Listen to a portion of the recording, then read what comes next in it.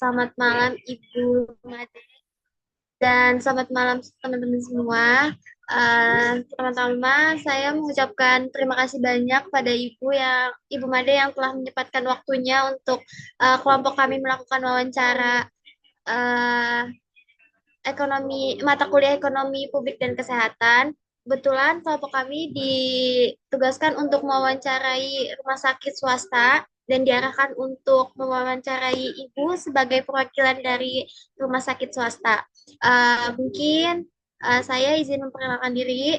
Perkenalkan, nama saya Siti Haura Munggara. Mungkin Ibu bisa memanggil saya Haura. Dan di sini ada empat teman saya, empat rekan tim saya, yaitu ada Naura Maitira.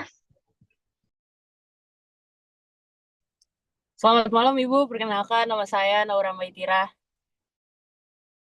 Mungkin selanjutnya ada Nadila Felda. Selamat malam Ibu, nama saya Nadila Feldanayaka. Selanjutnya ada Rizka Regita. Selamat malam Bu Made, perkenalkan saya Rizka Regita Ahtari. Dan yang terakhir ada Wandira. Selamat malam Ibu, perkenalkan saya Wandira Mumpuni. Oke Ibu, saya sekali lagi mengucapkan terima kasih banyak kepada Ibu Made yang telah menyempatkan waktunya. Mungkin kami izin langsung masuk ke pertanyaan yang akan kami ajukan. Boleh, Naura? Boleh, silakan teman-teman. Baik Ibu, Salam izin kenal saya mulai ya. semuanya. Boleh. Izin saya mulai Bu. Yang untuk bagian pertanyaan pertama, saya ingin menanyakan dari sisi struktur dan alokasi tenaga kerja, terutama di rumah sakit Hermina begitu Bu. Biasanya untuk pertanyaan pertama, biasanya pihak ARD ini menentukan jumlah tenaga kerja medis ataupun non medis di tiap bagiannya itu berdasarkan apa ya Bu? Misalnya berdasarkan jumlah pasien atau beban kerjanya menurut Ibu bagaimana di rumah sakit gitu Bu? Oke, terima kasih. Ini belum apa-apa pertanyaannya udah agak berat ya. Udah agak berat buat saya jawab. Iya, untuk di rumah sakit swasta sendiri, khususnya di rumah sakit kita di Hermina, teman-teman, ada beberapa faktor yang menentukan ketersediaan SDM itu sendiri. Ya, dia dari mulai undang-undang, peraturan perundang-undangan, tentunya kita mengacu pada peraturan perundang-undangan pemerintah ya, yang diberlakukan sama pemerintah. Contohnya ada beberapa jenis-jenis tenaga kesehatan yang memang sudah ada rumusnya. Jadi dalam menentukan sumber daya manusia atau karyawan di rumah sakit kita, itu namanya pola ketenagaan di mana ini saya jadinya cerita ya, cerita alur ya teman-teman ya. Nah, dalam pola ketenagaan itu kita menentukan nih perencanaan SDM yang akan kita susun untuk tahun depan. Jadi, rumah sakit kita itu di akhir tahun itu kita akan melakukan rapat atau menentukan perencanaan SDM di tahun berikutnya. Jadi, sekarang misalkan di bulan November 2025 kita akan menentukan nih 2026 perencanaan SDM-nya mau kayak gimana. Kayak gitu. Nah, itu mengacu pada pola ketenagaan. Pola ketenagaan itu dasarnya dari mana? Macam-macam, teman-teman. Yang pertama dari undang-undang yang tadi saya sebutkan. Contohnya di Undang-Undang Kesehatan. Undang-Undang Kesehatan yang terbaru sekarang itu ada rumus-rumus untuk apoteker, terus juga untuk radiografer. Jadi sudah ada berapa resep, sekian resep itu untuk sekian apoteker. Sampai dengan minimal pendidikannya itu ada di dalam Undang-Undang Kesehatan tersebut, ya. Selain daripada undang-undang, kita juga mengacu pada peraturan perusahaan yang kita punya. Oke, terus juga ada kebijakan. Nah, kebijakan di internal kita itu, di rumah sakit kita, khususnya untuk perawat, teman-teman. Untuk perawat itu ada yang namanya rumus Giles. Rumus Giles itu adalah rumus perbandingan antara jumlah tempat tidur dengan jumlah pasien saat itu. Jadi misalkan nih, satu pasien itu, maaf, satu perawat itu harus maksimal melayani 6 pasien. Seperti itu. Jadi namanya rumus Giles untuk di keperawatan. Ya, untuk medisnya seperti dokter, apoteker yang tadi saya sebutkan, dan di beberapa unit itu kita mengacu ke peraturan perundang-undangan. Kemudian, untuk unit-unit lainnya yang tidak diatur dalam undang-undang, yang tidak ada di rumus Giles seperti apa? Itu kita lakukan analisa beban kerja. Bisa dari apa? Kalau untuk di unit umum, misalkan di HRD, itu kita mengacu jumlah karyawannya sekarang sudah berapa di rumah sakit Hermina tersebut. Oke, nanti misalkan ada 200, ada lemburan nggak? Oh, lemburannya masih minim, nggak ada. Oh, berarti HRD-nya belum perlu nambah. Di keuangan, di bagian piutang, itu ada yang namanya aging perusahaan piutang. Jadi batas waktu piutang tersebut harus sudah dibayarkan. Nah, kalau misalkan banyak nih tertunda, itu bisa jadi analisa beban kerja. Lemburannya bagaimana? Itu bisa jadi analisa tenaga kerja. Seperti itu, teman-teman. Jadi, pola ketenagaan di rumah sakit swasta kita, selain daripada undang-undang, kita juga mengacu ke peraturan perusahaan yang dibentuk sama Hermina. Habis itu, di beberapa unit itu ada rumus Giles khusus untuk perawat, ya. Dan untuk umumnya, untuk unit lain, kita mengacu pada analisa beban kerja. Baik itu dari segi jumlah karyawan, dari jumlah pasien, angka lemburan, itu menentukan apakah kita bisa menambah karyawan tersebut. Seperti itu kurang lebihnya dalam menentukan perencanaan SDM. Terjawab nggak nih untuk pertanyaan pertama? Atau pusing? Saya terlalu muter-muter. Takutnya saya terlalu muter-muter teman-teman ngejawabnya. Sudah terjawab, Ibu. Mungkin Oke. saya lanjut untuk pertanyaan selanjutnya. Untuk Mm-mm. pertanyaan selanjutnya, kalau dari segi biayanya, Bu, saya ingin menanyakan dari segi porsi untuk tenaga kerja, kira-kira biasanya ada bandingan total operasional atau itu sudah dianggap efisien gitu, Bu? Misalnya kayak udah jadi komponen besar dalam operasional rumah sakit, jadi bagaimana bagian HRD-nya ini menilai efisiensinya begitu, Bu? Oke. Nah, ini kalau khusus tenaga kerja di kita itu ada ketentuan di mana eh, berbandingnya itu bukan dengan biaya operasional, teman-teman, tapi dibandingkan dengan revenue atau pendapatan rumah sakit. Jadi, biaya tenaga kerja kita tidak boleh melebihi 28% dari revenue. Ya, biaya tenaga kerja itu terdiri dari apa aja?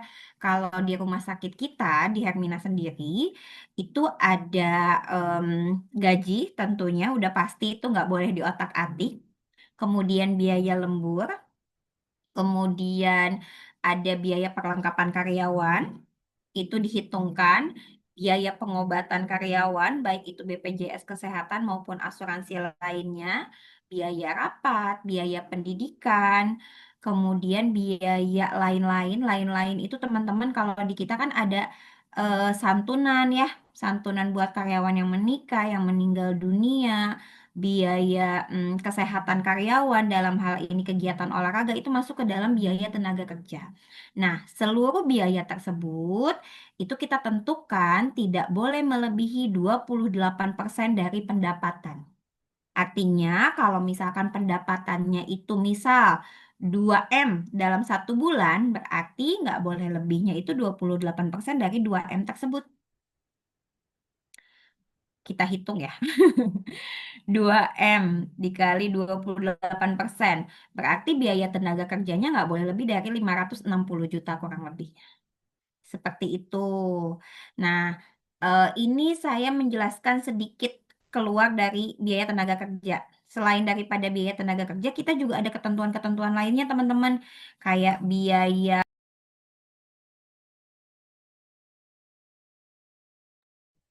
Ibu, mohon maaf.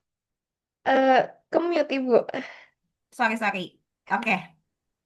Ya, jadi selain daripada biaya tenaga kerja, biaya operasional lainnya kita sudah tentukan teman-teman melalui kebijakan kita yang sudah kita susun sedemikian rupa sehingga setiap bulan kita akan ada yang namanya laporan keuangan. Nanti kan diakumulasi tuh ketahuan biaya tenaga kerjanya sekian, biaya operasional lainnya sekian.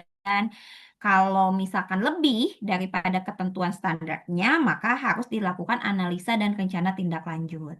Nah, biaya tenaga kerja sendiri itu tadi kan 28%, ya. Di dalamnya ada lagi ketentuannya teman-teman, kayak lembur. Lembur itu nggak boleh lebih daripada 1% dari revenue. Kalau revenue-nya 1 M, berarti lemburannya nggak boleh lebih daripada 10 juta. Betul nggak? Kurang lebihnya. Atau 100 juta ya? Itu.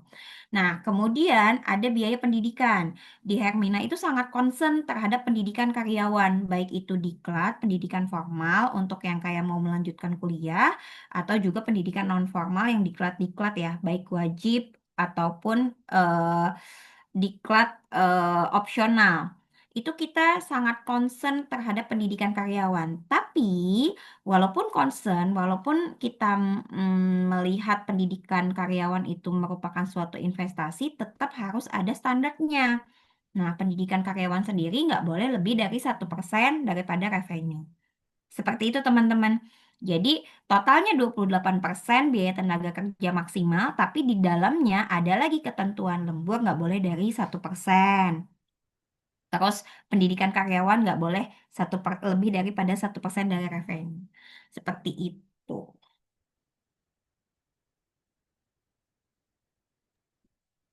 Baik Ibu, berarti udah ada porsinya ya Bu. Udah Eh, ada boleh. porsinya. Oke, kita lanjut. Mungkin teman saya boleh dilanjut untuk pertanyaan Oke selanjutnya. Ibu, baik saya izin bertanya. Tadi kan apakah itu sudah termasuk strategi yang digunakan rumah sakit untuk menjaga efisiensi tenaga kerja seperti misalnya pembagian jadwal, shift atau digitalisasi prosesnya begitu Bu?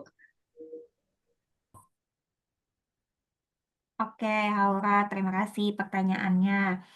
Nah, itu bagian dari strategi Haura. Kalau yang tadi Haura tanyakan, termasuk di dalamnya pengaturan shift dan lain sebagainya, itu salah satu bentuk tindak lanjut yang harus kita lakukan. Itu merupakan bentuk pemantauan yang kita lakukan.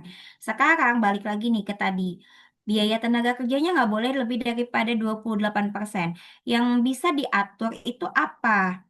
Gaji itu pasti kita sulit untuk mengatur karena sudah ada ketentuannya kan. Misal Haura gajinya 5 juta. Ternyata dengan Haura gajinya 5 juta, biaya tenaga kerjanya jadi 29% kan nggak mungkin gajinya Haura jadi dikurangin. Betul ya? Nah, yang bisa dikurangin apa aja dari biaya tenaga kerja? Berarti kan dari lemburan. Iya nggak? Lemburannya yang tadi 1% daripada revenue. Sekarang lemburannya itu dipantau setiap bulan di kita nih. Ada yang namanya Google Drive atau sebetulnya kita udah pakai sistem sih. Kita sudah punya sistem untuk proses sistem HRD namanya HRIS, Human Resource Information System, di mana segala alur proses yang terjadi di HRD itu sudah apa namanya diakomodir oleh sistem itu tersendiri. Salah satunya adalah bentuk pemantauan lembur, jadwal dinas ada di sana. Nah, lemburan itu bisa ditarik lewat sistem. Bisa setiap hari, bisa 3 hari. Nanti kalau ternyata dalam jangka waktu 1 minggu, oh lemburannya udah mepet-mepet nih 1% daripada estimasi revenue, itu kita bisa lakukan evaluasi pemantauan. Nah, salah satunya apakah jadwal dinasnya, pengaturan shiftnya sudah sesuai. Atau misalkan kalau dicek nih, satu unit itu yang lembur dia aja ada terjadi dan dia itu gajinya sudah besar. Kenapa mempengaruhi? Karena pembayaran lembur di Hermina sendiri sudah mengikuti ketentuan undang-undang, di mana rumusnya berdasarkan daripada upah karyawan. Jadi semakin besar upahnya, pembayaran lemburnya semakin tinggi dong. Nah, sekarang kita harus cek lembur karyawan misalnya si A terus dan si A gajinya udah besar terus itu kan mempengaruhi. Atau ada dalam satu unit yang cutinya itu berbarengan, 3 orang dalam satu hari cuti terus gitu. Berarti kan ketenagaannya akan kurang.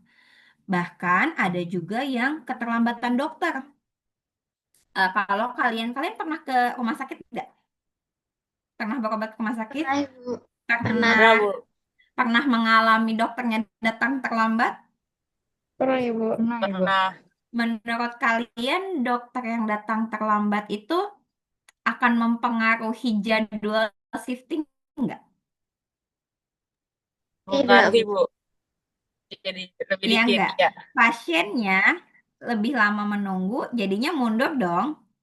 Ya, kalau misalkan pasiennya lebih lama menunggu, jam prakteknya selesainya lebih lama.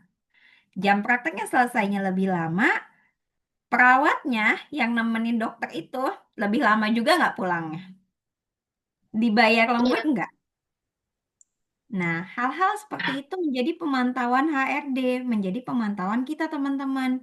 Jadi nggak cuma pasien yang marah-marah, ini dokternya kemana nih lama banget gitu kan. Tapi kita di HRD juga melakukan pemantauan keterlambatan dokter, jangan salah. Kita punya rekapan di sistem keterlambatan dokter, keterlambatan karyawan. Setiap bulan kita share. Kalau dokter lebih hati-hati sih memang nyampeinnya ya. Kalau karyawan kan ini ya, Bapak Ibu, rekapan keterlambatan. Tapi kalau dokter kita samperin. Dok, hari ini, bulan ini, dokter terlambatnya 15 kali nih, sekian jam. Itu kita pantau. Jangan salah.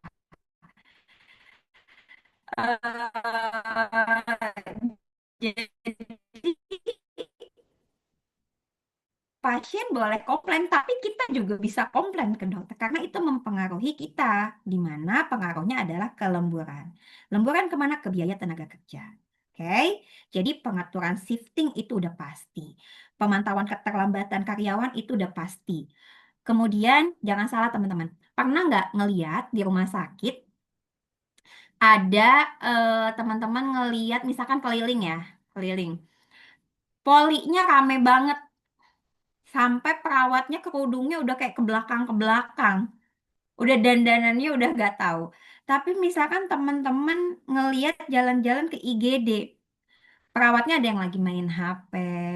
Bener gak? Iya kan? Rizka udah kayak pasti ini Bu betul pengalaman pribadi. Gitu ya. Atau misalnya teman-teman jalan-jalan ke rawat inap, perawatnya masih bisa di komputer, walaupun memang di komputer dia mengerjakan laporan, tapi kondisinya berbeda nih dengan di poli yang hektik banget. Nah, itu juga jadi salah satu pemantauan kita, di mana unit yang apa ya istilahnya kondisinya tidak hektik, tidak padat, kita mobilisasi. Kita mobilisasi perbantuan ke unit yang sedang hektik. Itu untuk mengurangi angka lembur. Jadi tentunya balik lagi ke pertanyaan Haura yang tadi, hmm, apa namanya target-target yang sudah ditetapkan, 28% yang sudah ditetapkan tentunya sudah ada strategi di dalamnya untuk tercapai si 28% itu, untuk tercapai si 1% lemburan itu. Dengan caranya yaitu betul pengaturan shiftingnya, pemantauannya. Makanya ada istilah HRD itu kerjanya bukan hanya di depan komputer aja. Tapi HRD itu harus turun ke lapangan. Selain memastikan, jadi image-nya gini. Ini saya di luar konteks dulu ya. Semoga teman-teman nanti ada yang berminat jadi HR mungkin nemenin saya. Konsepnya adalah HR itu kan selalu kayak yang nyeremin. Tapi kalau pengalaman saya pribadi, justru menjadi HR yang nyeremin itu karyawan tuh pada sebel nggak mau dengerin. Justru kita tuh harus jadi HR yang turun ke lapangan. karyawan itu harus dirangkul. Gini, teman-teman lebih senang sama pelayanan yang ramah atau yang bisanya apa ya? Saya kok ngomongnya jadi Sunda. Yang ketus, yang Yang ramah, ramah Ibu ya.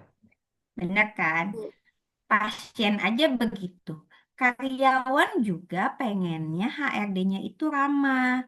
HRD-nya itu merangkul. Sisi tegasnya ada, tapi merangkulnya juga ada.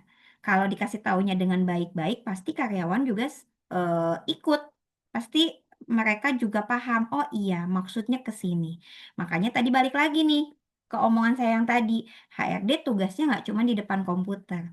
Nggak cuman melakukan rekrutmen, nggak cuman proses payrollnya aja, tapi turun ke lapangan. Lihat, sudah efektif belum kondisi SDM saat itu? Atau ada yang perlu dikoordinasikan dengan manajer terkaitnya. Seperti itu. Oke. Oke, Ibu. Baik. Mungkin tadi pertanyaan saya selanjutnya agak menyerempet dengan jawaban Ibu tadi. Tadi Ibu bilang ada namanya sistem teknologi, sistem human resource. Mm-mm. Teknologi itu uh, apakah itu sangat berpengaruh ya Bu, mengurangi beban kerja staf dan meningkatkan efisiensi pelayanan, atau itu malah menjadi tantangan tersendiri bagi rumah sakit gitu Bu? Oke, tentunya dengan bantuan teknologi itu kita semua sudah pasti tahu bahwa itu sangat berpengaruh, sangat efektif. Pekerjaan-pekerjaan yang sifatnya manual dikerjakan dengan teknologi itu pasti akan berdampak pada pekerjaan yang lebih efektif dan efisien. Saya beri contoh. Di HRD, kalau dulu sebelum ada HRIS, lemburan, hmm, unit-unit ngasihnya berupa lembaran kertas, ditanda tangan, dikasihin ke HRD. HRD harus rekap manual, dan itu rekapannya mungkin bisa dalam kurun waktu kayak 1 minggu, atau baru bisa ketarik sekian jam pencapaian lemburannya dalam kurun waktu yang 1 minggu. Nggak bisa yang misalkan gini, atasan, Dek, coba tarikin lemburan tanggal segini. Kalau sistemnya itu belum ada, kita harus input dulu. Kita harus koordinasi dulu ke unit-unit, ada nggak lemburan tanggal segini gitu kan. Itu nggak efektif. Itu berdampak ke biaya tenaga kerja karena pemantauan lembuknya nggak jalan, yang sudah ter-approve-nya nggak jalan. Ya, itu di dalam HRD sendiri. Terus dalam proses rekrutmen, kalau manual, kita manggil karyawan aja, calon karyawan aja harus print dulu. Print itu kan menambah biaya ya, kertas ya teman-teman. Belum tesnya, belum, oh teman-teman juga ngirim lamarannya ya. Kalau dulu tuh sebelum ada HRIS, ini jujur ya, mohon maaf sekali, ini saya nggak bermaksud. eh Lamaran kerja yang udah nggak kepake, yang udah kita panggil dan nggak lolos, teman-teman tahu kita jadiin apa? Belakangnya kita jadiin kertas printan yang laporan-laporan kita. Kan belakangnya bersih kan? Iya. Jadi lamaran kerja yang nggak kepake itu kita jadikan kertas bekas, istilahnya bisa kita gunakan ketika kita print memo internal atau misalkan laporan-laporan yang sifatnya nggak formal banget. Kita jadikan seperti itu. Itu belum ada sistem. Dengan adanya sistem, teman-teman nggak perlu lagi kan print-print. Kita juga nggak perlu print-print soal, nggak perlu print-print hasil MCU. Semuanya sudah by email, sudah by sistem HRIS, offering letter juga. Paling yang masih manual itu kan tanda tangan kontraknya, karena memang harus tanda tangan langsung di atas materai kan. Itu di HRD ya. Nah, di bagian lain, dengan adanya sistem, contoh bagian pendaftaran. Kalau kita mengandalkan manusia, kita nggak punya aplikasinya, kita nggak punya sistem pendaftarannya, kita ketemunya orang kan, daftar itu. Ngantrinya lama nggak? Semakin banyak pasien, lama banget, nah orang langsung kayak lama banget. Pengalaman kan, ketemu orang, eh, belum lagi misalkan orangnya baru. Kalau orang baru, daftarin pasien bisa 10 sampai 15 menit. Tapi kalau orangnya sudah handal, sudah kom, apa istilah kompetensinya sudah eh, teruji, dia 5 menit aja selesai. Sekarang posisinya pasiennya banyak, kita ketemu orang. Pasti di bagian FO-nya sendiri, di bagian pendaftarannya akan ngeluh ke HRD. Bu, kurang tenaga, lemburannya banyak. Nanti nambah SDM. Nambah SDM berarti berpengaruhnya ke biaya tenaga kerja. Balik lagi ke sana kan. Tapi dengan adanya sistem, kita di Hermina sendiri sudah punya yang namanya Hermina Mobile untuk nomor antrian. Jadi si pasien tuh ketika berobat udah tahu nih estimasi datangnya jam berapa. Jadi nggak lama si pasien. Nah, kita memang masih punya SDM di bagian pendaftaran, tapi kita juga punya sistem pendaftaran. Udah ada aplikasinya. Jadi si pasien itu udah daftar sendiri. Dan lama-kelamaan mungkin ya seiring berjalannya waktu, bagian pendaftaran itu bisa aja nggak ada. Makanya teman-teman nanti cari pekerjaan yang memang akan selalu dibutuhkan. Mohon maaf ya, bagian pendaftaran customer service dan lain itu diperkirakan sekian tahun itu sudah tidak ada, digantikan dengan mesin, digantikan dengan sistem. Karena semuanya dengan sistem harapannya adalah pekerjaan menjadi efektif, menjadi efisien, biaya operasional berkurang, biaya tenaga kerja apalagi. Kalau mesin nggak perlu ngelemburin kan? Kalau mesin nggak mungkin ngeluh, Bu, saya capek, tenaganya kurang, tolong ditambah. Nggak mungkin kan kalau mesin. Gitu. Itu bagian dari strategi kita juga dengan adanya sistem. Oke? Oke, Ibu. Baik, terima kasih, Ibu. Mungkin saya izin menanyakan kembali. Berarti ada hal yang ditukar gitu ya, Bu, dari sumber daya manusia menjadi teknologi. Berarti sumber daya manusia itu harus dikorbankan untuk mencapai efisiensi ini gitu ya, Bu. Uh, tapi di sisi lain, yang dari Ibu tadi sebutkan tadi, ke apa hal positif yang dimunculkan teknologi, apakah ada biaya yang perlu dikeluarkan dari penggunaan teknologi itu sendiri, kayak pemeliharaannya mungkin Bu, yang mungkin menjadi beban atau malah itu uh, lebih mengefisiensi biaya lagi. Oke, Haura.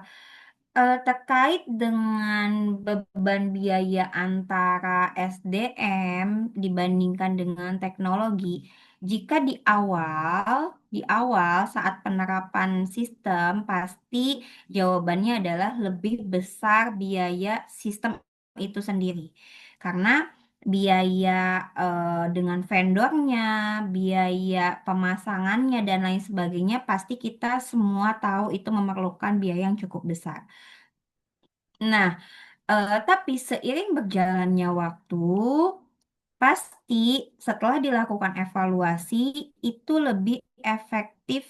Tapi gini, catatan untuk beberapa unit ya, yang tadi saya sampaikan di bagian pendaftaran, karena nggak semua bisa digantikan dengan teknologi. Oke, kita tetap masih harus mempunyai SDM yang unggul. Apalagi rumah sakit itu kan di pelayanan jasa. Kalau pelayanan jasa kan memang harus mengutamakan pelayanan dan pelayanan itu kan yang paling utama dari segi SDM-nya. Benar nggak? Kalau misalkan semuanya pakai teknologi, pasien mau nanya juga kan jawabannya template ya. Kalau teknologi kan template. Misalkan teman-teman ternyata keluhannya nggak ada di template kan bingung juga gitu. Jadi hanya di unit tertentu. Nah, sekarang kita balik lagi. Unit tertentu sendiri seperti pendaftaran itu tentunya seiring berjalannya waktu memang bisa dikatakan lebih gini. Sebetulnya bisa dikatakan lebih efektif, lebih murah, tapi nggak yang signifikan banget. Saya takut salah jawab sebetulnya. Tapi nggak signifikan banget. Kenapa sih nggak signifikan? Karena kan tetap ada biaya operasional, tetap ada biaya pemeliharaan, ya nggak? Tetap ada biaya-biaya lainnya.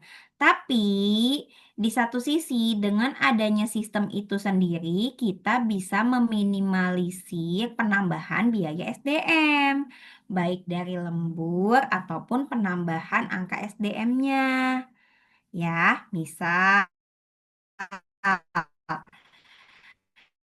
Sekarang SDM bagian pendaftaran ikut, pasien itu akan bertambah terus dong setiap tahunnya, ya. Nah, dengan penambahan pasien, nggak harapan rumah sakit itu si bagian pendaftaran nggak ikut nambah juga dong, karena akan nambah biaya tenaga kerja.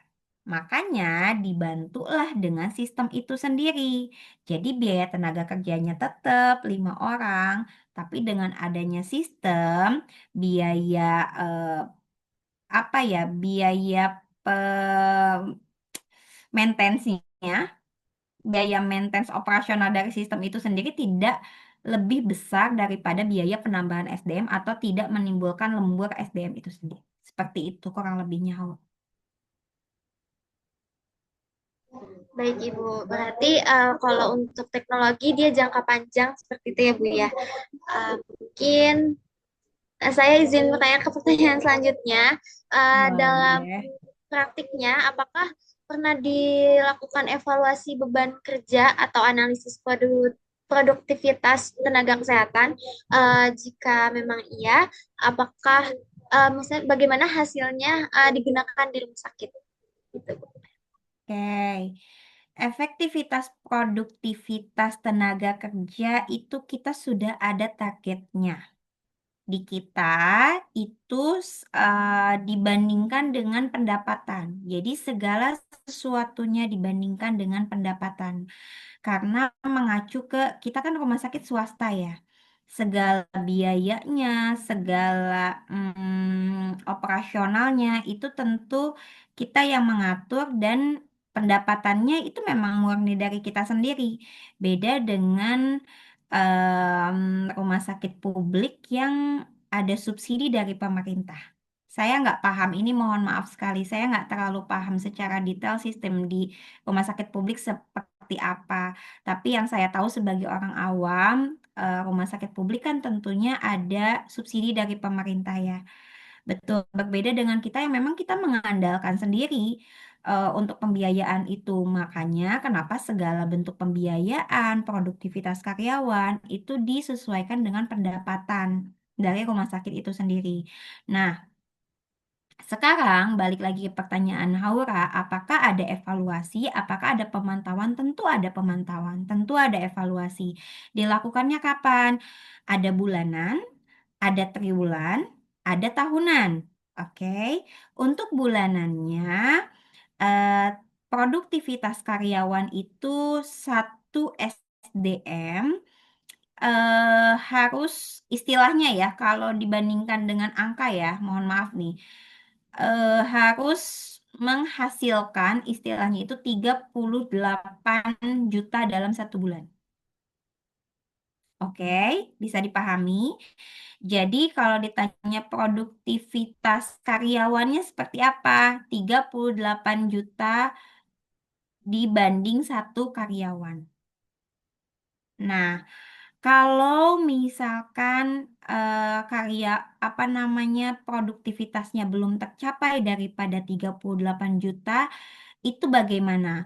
Ada dua kemungkinan. Biayanya yang terlalu tinggi atau pendapatannya justru yang belum mencapai yang diharapkan. Ya, kalau biayanya ketinggian, berarti setiap unit bagian harus membuat pemantauan biaya. Tapi kalau pendapatannya yang kurang, berarti bagian marketing, nggak cuma bagian marketing sih sebetulnya, semua bagian. Tapi khususnya marketing itu harus membuat program-program meningkatkan kunjungan pasien, apakah kerjasama dengan perusahaan, apakah kerjasama dengan asuransi, atau apakah hmm, kalau di rumah sakit itu kan kita sekarang identiknya kerjasama dengan BPJS Kesehatan ya. Nah, BPJS Kesehatan itu istilahnya udah ada pagunya teman-teman, udah ada pagunya nih. Misalkan Haura dirawat dengan demam, ya mau berapa hari pun ya dibayarkan pagunya ya hanya 3 juta. Sementara operasional yang dikeluarkan saat itu misalkan 5 juta. Sehingga 2 jutanya kan menjadi tanggungan rumah sakit kita. Nah, apakah itunya yang harus dievaluasi?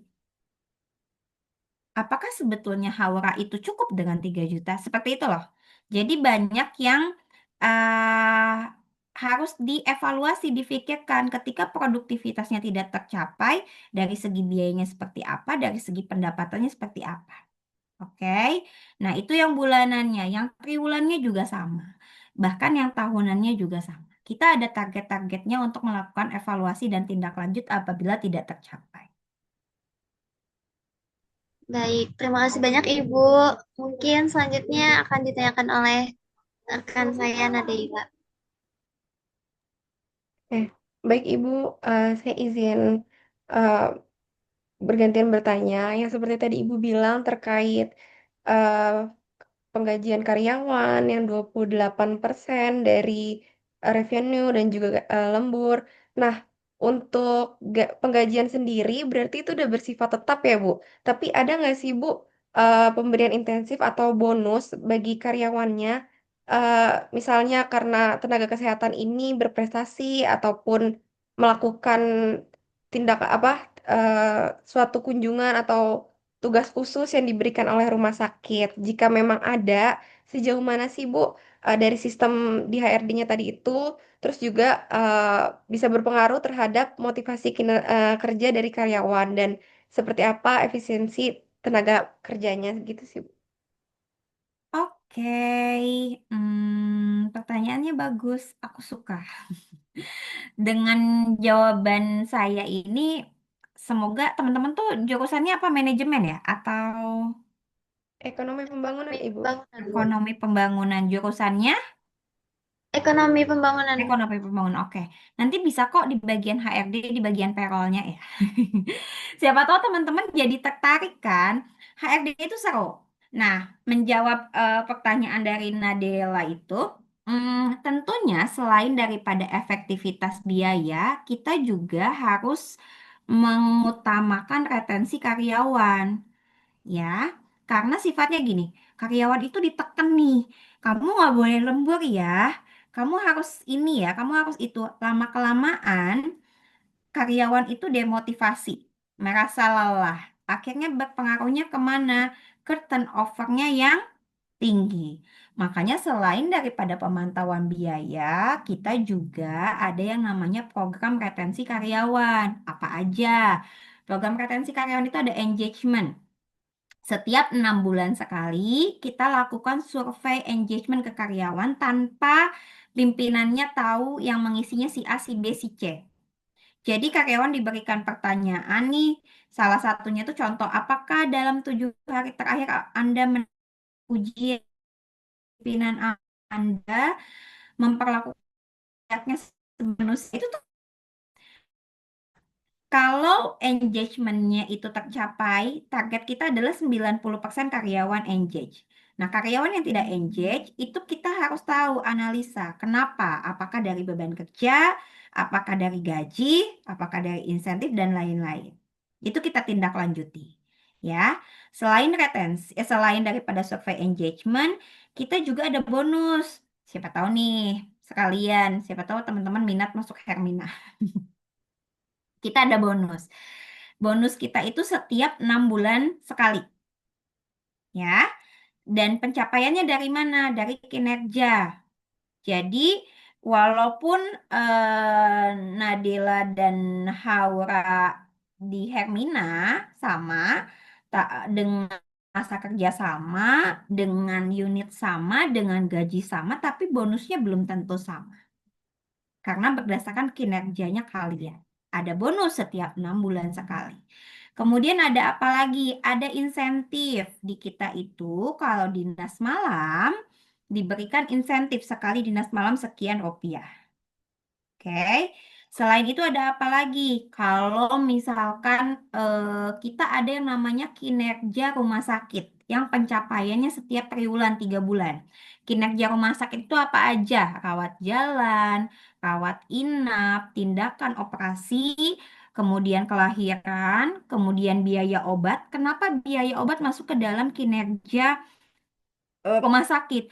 Karena jangan salah teman-teman, biaya obat itu tinggi loh. Karena itu produk utamanya rumah sakit istilahnya selain pelayanan. Ya kali Haura cuma ngobrol doang sama dokter habis itu langsung sembuh kan enggak. Pasti dikeluarkan obat. Itu dipantau juga. Ya. Nah, kalau ini tercapai dalam triwulan tersebut ada tambahan gaji.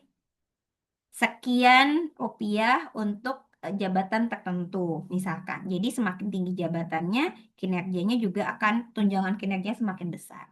Tadi ada insentif, ada tunjangan kinerja, belum lagi ada apa namanya kalau teman-teman rapat atau diklat itu ada yang namanya tunjangan perjalanan dinas.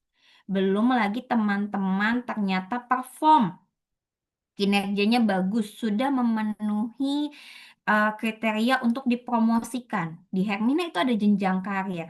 Jadi nggak selamanya gaji kita 5 juta. Bisa jadi 1 tahun kemudian, 2 tahun kemudian kita promosi leveling. Ada leveling 1, ada kepala urusan atau setara kepala urusan. Gajinya akan semakin menambah. Itu memotivasi kinerja karyawan juga. Terus selain itu di kita ada yang namanya karyawan berprestasi. Nah, karyawan teladan, sorry. Karyawan teladan dipilih setiap 1 tahun sekali. Dan itu maaf, hadiahnya lumayan. Boleh sombong sedikit? Saya sudah 3 kali menjadi karyawan teladan di Hermina. Kemudian yang juara 1 karyawan teladan itu dikirimkan di tingkat kota. Dan di kota saya juara 1 lagi. Dari tingkat kota dikirimkan ke tingkat provinsi. Dan di tingkat provinsi juara 1 lagi. Jadi hal-hal seperti itu hadiahnya lumayan tuh teman-teman. Saya jadiin modal buat nikah. Jadi saya nikah nggak minta uang orang tua. Saya pakai dari karyawan teladan tahun sekian, tahun depannya lagi. Sampai akhirnya si direktur bilang gini, yang udah ketiga kali itu tahun depan Made jangan masuk kandidat karyawan teladan lagi ya. Yang lain dulu, kasih kesempatan yang lain sampai kayak gitu. Jadi itu menjadi motivasi buat karyawan juga. Balik lagi ke pertanyaan Nadila tadi, yaitu selain daripada pemantauan biaya, di kita ada pemberian insentif dan penghargaan-penghargaan lainnya. Karyawan teladan, bonus, pemberian insentif dinas malam, tunjangan perjalanan dinas, tunjangan kinerja apabila kinerja rumah sakit tercapai, itu masuk ke dalam gaji. Kemudian promosi-promosi untuk karyawan. Tapi tentunya terus gimana Bu? Pemberian itu apakah mempengaruhi ke biaya tenaga kerja tadi? Berpengaruh, tapi kan kita sudah lakukan pemantauan. Kayak contohnya THR, kita ada THR juga ya. Kayak contohnya bonus sama THR. Setiap bulan kita sudah mengalokasikan, sorry terlalu bersemangat. Kita sudah mengalokasikan biaya kita itu untuk bonus nabung. Jadi nggak yang periode bonus nih bulan Desember harus ada 600 juta. Tiba-tiba biaya tenaga kerjanya jeger, nambah 600 juta. Nggak gitu. Kita sudah nabung dulu setiap bulannya 100 juta, 100 juta, 100 juta. biaya perlengkapan karyawan, kita nabung dulu. Kita lakukan perhitungan nih, tahun depan kita mau pesan perlengkapan karyawan sekian, sekian juta, kita udah nabung dulu.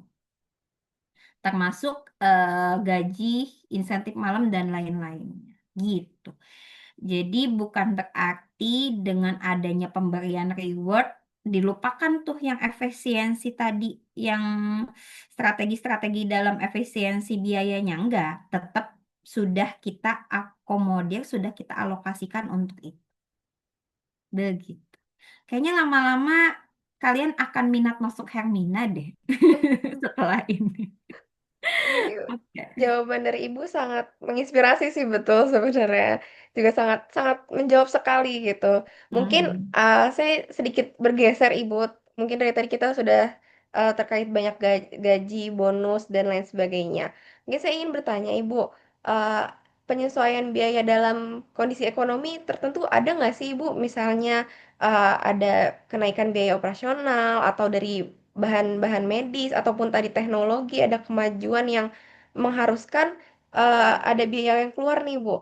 Nah, apakah rumah sakit ini akan melakukan penyesuaian lagi terhadap kebijakan pembiayaan SDM-nya atau beban kerja kepada tenaga kesehatan, atau ada indikator lain yang harus dikeluarkan di luar dari beban biaya tenaga kerja gitu Bu? Oke. Tentunya setiap bulan atau setiap tahun, selain daripada kita membuat perencanaan SDM, kita juga membuat perencanaan pengembangan pelayanan. Oke, baik dari segi misal penambahan gedung, kalau teman-teman ngelihat Hermina mana ya, misalkan Hermina Bekasi yang awalnya 2 gedung, sekarang udah ada 5 gedung, yang awalnya Hermina Daan cuma 2 gedung, sekarang ada gedung, itu bagian pada pengembangan pelayan kita yang awalnya nggak ada layanan CT scan, jadi ada layanan CT scan, otomatis CT scan-nya harus dibeli. Oke, yang awalnya nggak ada dokter gigi, jadi ada dokter gigi, otomatis peralatan dokter giginya harus disediakan. Nah, hal-hal tersebut itu berpengaruh pada biaya operasional yang akan meningkat, dan itu ada analisanya. Nah, tapi teman-teman bukan berarti jadi harus biaya SDM-nya yang dikurangi. Karena kenapa kenapa nggak otomatis? Karena setiap bulan kan kita sudah punya targetnya ya, biaya SDM ya 28%, biaya operasional ya sekian. Jadi setiap unit saling berkesinambungan, nggak jadi mengorbankan biaya SDM aja. Setiap unit, setiap bulan kita ada yang namanya rapat PCC. Rapat PCC itu adalah rapat untuk membahas atau mengevaluasi segala biaya dan pendapatan. Itu dipimpinnya oleh manajer keuangan. Nah, di sana dianalisa bagian mana yang naik. Misalkan bagian penunjang umum. Kenapa penunjang umum naik? Oh, ternyata ada pembangunan bagian penunjang medis, ternyata ada penambahan alat. Lalu tindak lanjutnya apa yang akan dilakukan? Jadi bukan berarti biaya operasionalnya yang lain naik, jadi biaya tenaga kerja yang harus dikorbankan. Enggak. Itu biaya tenaga kerja tetap dengan targetnya 28%. Oke. Nah, berarti ada lagi yang harus ditindaklanjuti, bukan biayanya yang diturunkan. Dengan adanya pembangunan, dengan adanya penambahan alat, dengan adanya penambahan layanan, otomatis akan menghasilkan pendapatan. Betul nggak? Yang awalnya nggak ada dokter gigi, kita beli nih alat pemeriksaan gigi sekian, naik sih biayanya. Tapi habis itu pasien yang untuk periksa gigi datang nggak? Menambah pendapatan nggak? Oke. Yang awalnya pasiennya banyak dirujuk karena gedungnya kurang. Kalau gedungnya kurang, gedungnya ya benar kurang.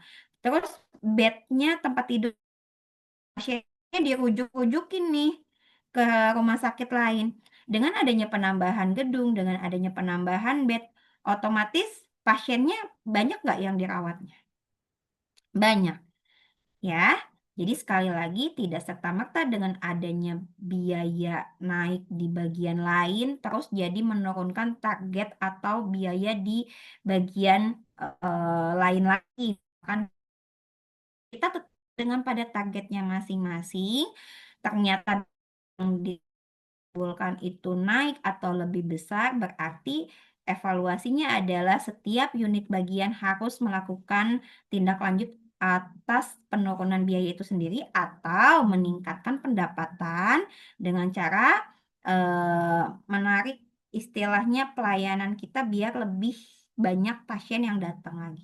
Bukan ngedoain orang sakit loh ya, teman-teman, beda. Seperti itu.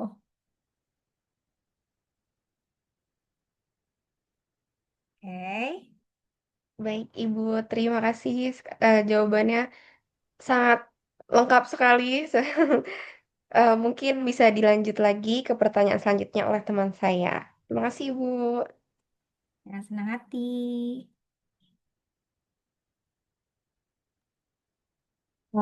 Baik Ibu, perkenalkan saya Wandira.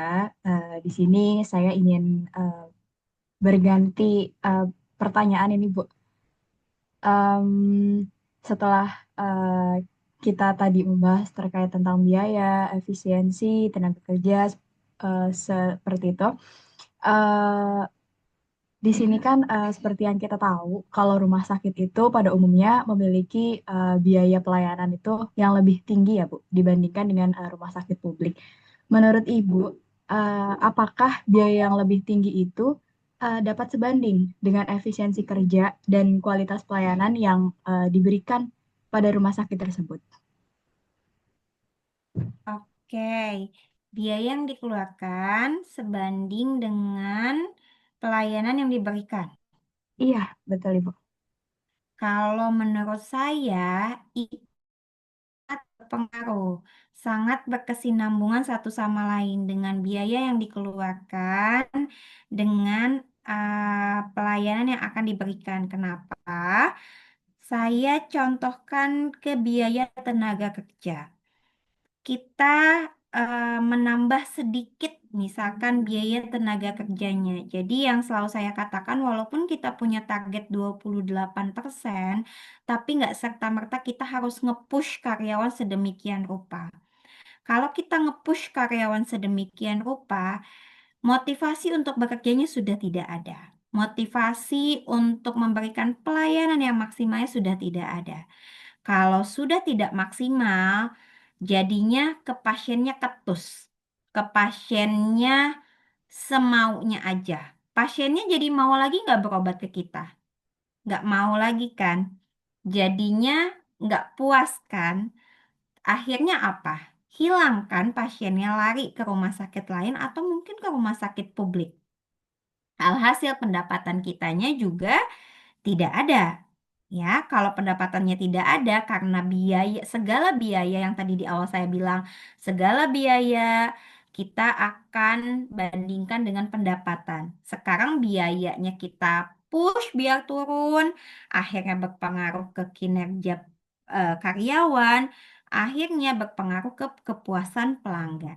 Jadi nggak masalah, itu saling bersinergi satu sama lain.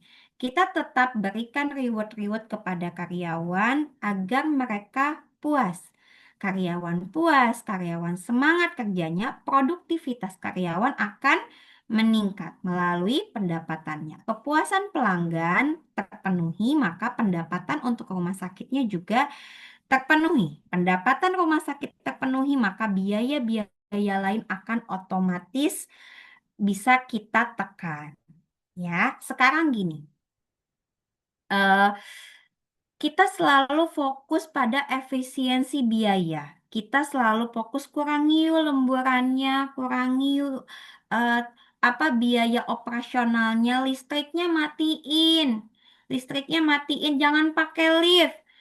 Pasiennya disuruh naik tangga, pasiennya gelap-gelapan. Ya, alhasil akan menimbulkan komplain. Nggak mau lagi ke Hermina. Bahkan komplainnya sekarang itu kan pasien itu sudah mulai kritis. Dia akan komplain ke Google Review.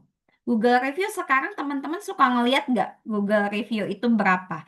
Jangankan rumah sakit, teman-teman mau beli nasi bebek aja, dilihat dulu kan ratingnya berapa. Nah, sekarang kalau rumah sakit kita ratingnya cuma 2, teman-teman mau mau nggak berobat ke rumah sakit kita? Terus ternyata ada ulasan perawatnya jutek banget. Mau nggak ke rumah sakit kita? Enggak. Makanya fokusnya kalau direktur saya kan gini, saya itu dulu di Hermina Sukabumi, kemudian pindah ke Hermina Soreang sampai dengan sekarang di departemen. Artinya saya sudah mengalami apa namanya beberapa kali pergantian pimpinan direktur. Salah satu direktur saya mengatakan gini, kamu mau neken biaya segimana sih, Dek? Biaya tenaga kerja kamu apa yang bisa kamu tekan? Lembur.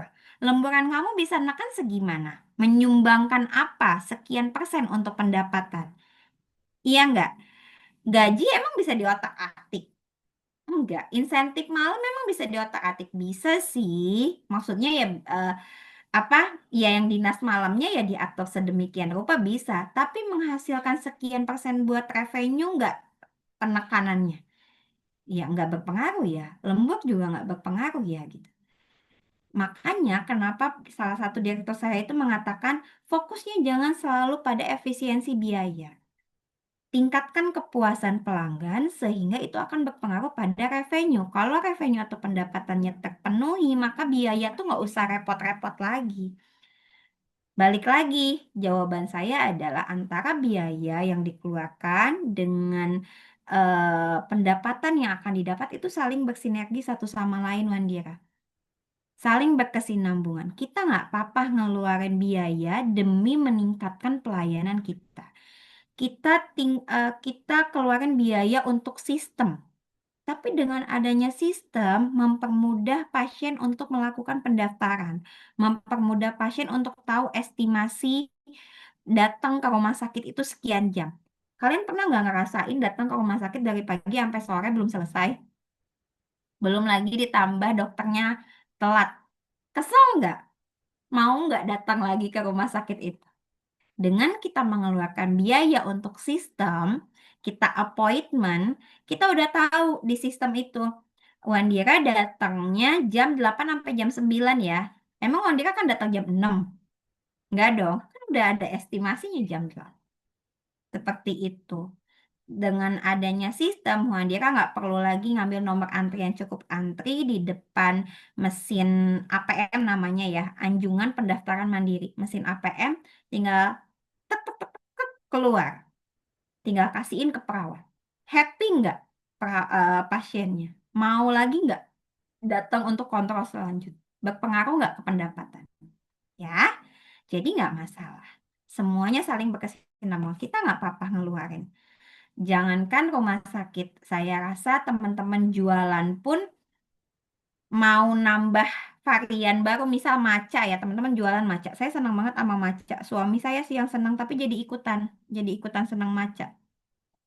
Kita mau mengeluarkan produk baru, matcha apa namanya varian baru, kita beli dulu nggak jenis matchanya? Coba dulu nggak ngeluarin biaya kan? Tapi habis itu dapat kan balik ke kita pendapatannya. Nah, kurang lebihnya seperti itu. Oke. Baik Ibu, terima kasih banyak atas jawabannya. Sangat menjawab sekali terkait tentang pertanyaan tersebut. Em, saya izin lanjut bertanya lagi, Bu. Tadi kan sempat disinggung bahwa ada terkait tentang efisiensi biaya gitu ya, Bu ya, untuk menerapkan si biaya biaya ini. Eh, Kalau misalkan em, terkait tentang rumah sakit tersebut, jika dibandingkan dengan rumah sakit publik yang kita tahu, menurut Ibu tuh tantangan terbesar apa sih Bu yang biasanya akan dihadapi oleh rumah sakit swasta untuk dapat menjaga suatu efisiensi tanpa mengorbankan kualitas layanan rumah sakit tersebut? Oke. Hmm, tantangan terbesarnya adalah memang kita takut kehilangan pasien, kita itu nggak bisa yang kerja datang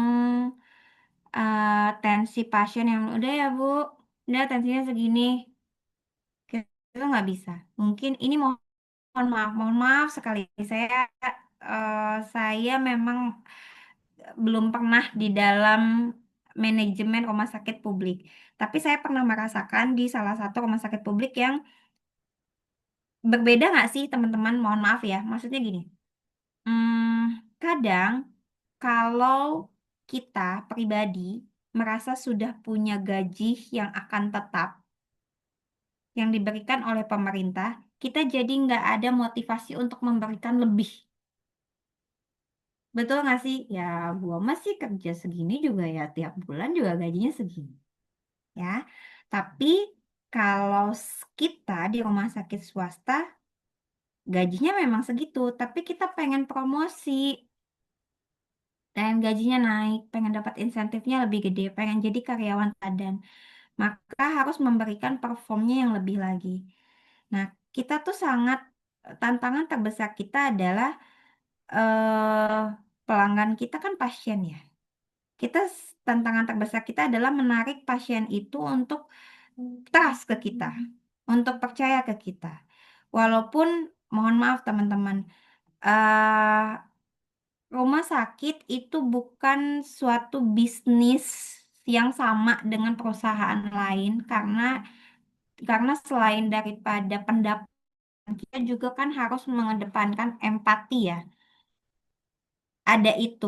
Jadi saya sebetulnya nggak enak juga kalau dari tadi berbicara pendapatan, biaya dan lain sebagainya seolah-olah tidak ada nomor duanya selain daripada pendapatan. Padahal sebetulnya kita juga ada empatinya, tetap harus ada sisi kemanusiaannya gitu. Jadi kalau misalkan dari tadi saya berbicara pendapatan, mohon teman-teman nggak merubah stigma rumah sakit kita ya. Kayak kenapa sih Bu Made ngomongnya pendapatan mulu gitu?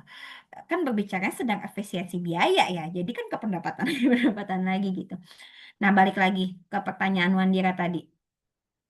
Kita sangat takut eh, pelanggan kita nggak balik lagi ke kita. Itu tantangan terbesar kita. Makanya, bagaimana caranya agar kualitas kita, agar pelayanan kita dirasakan maksimal oleh para pasien.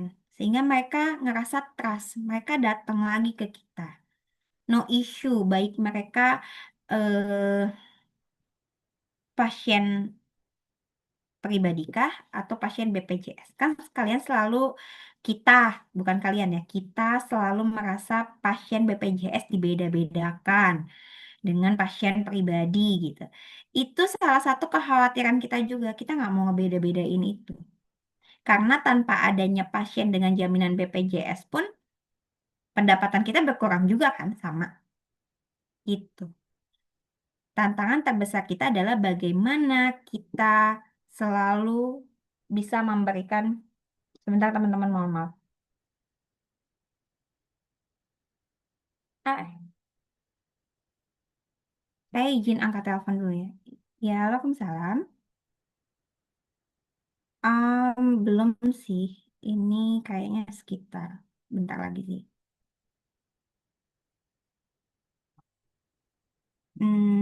Nggak tahu juga.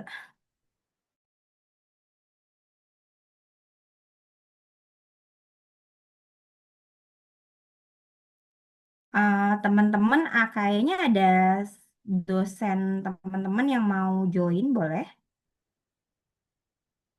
Tadi ada yang... Oke.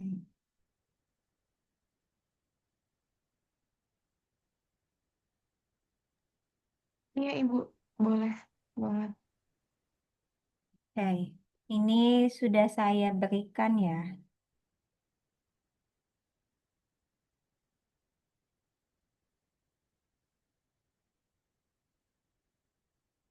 Sebentar ya. Udah mau pada tidur? Belum, Atau Ibu.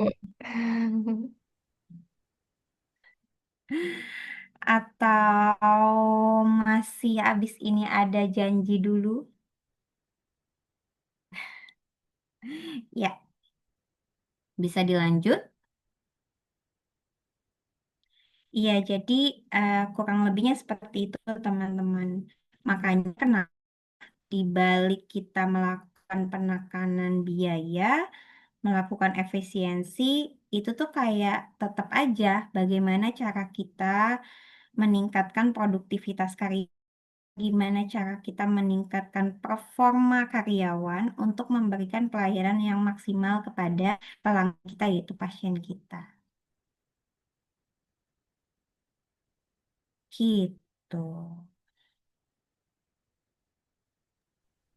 Menjawab nggak sih pertanyaan yang ini, Wandira? Karena sempat iklan. Menjawab sekali Ibu jawabannya. Mungkin untuk pertanyaan-pertanyaan yang dapat saya berikan kepada Ibu hanya segitu saja. Mungkin kita lanjut ke pertanyaan selanjutnya yang akan ditanyakan oleh teman saya. Oke, Terima kasih banyak Ibu sebelumnya. Saya Rizka, mungkin ini jadi pertanyaan terakhir kali ya, Bu. Sebelumnya kita mungkin tadi udah ngedengerin penjelasan Ibu mengenai sistem yang merecord aktivitas tenaga medis kayak keterlambatan atau lain sebagainya. Itu kan jadi salah satu nilai plus dari Rumah Sakit Hermina sebagai cerminan rumah sakit swasta di Indonesia ya, Bu. Nah, mungkin apabila dibandingkan dengan rumah sakit publik nih, Bu, kira-kira letak dari keunggulan efisiensi rumah sakit em, swasta dalam hal ini Hermina, kalau dilihat dari sisi tenaga kerja ataupun manajemennya itu, kira-kira letak dari keunggulannya itu ada di mana ya, Ibu? Terima kasih. Oke. Ini saya jawabnya general sebetulnya ya, Riz.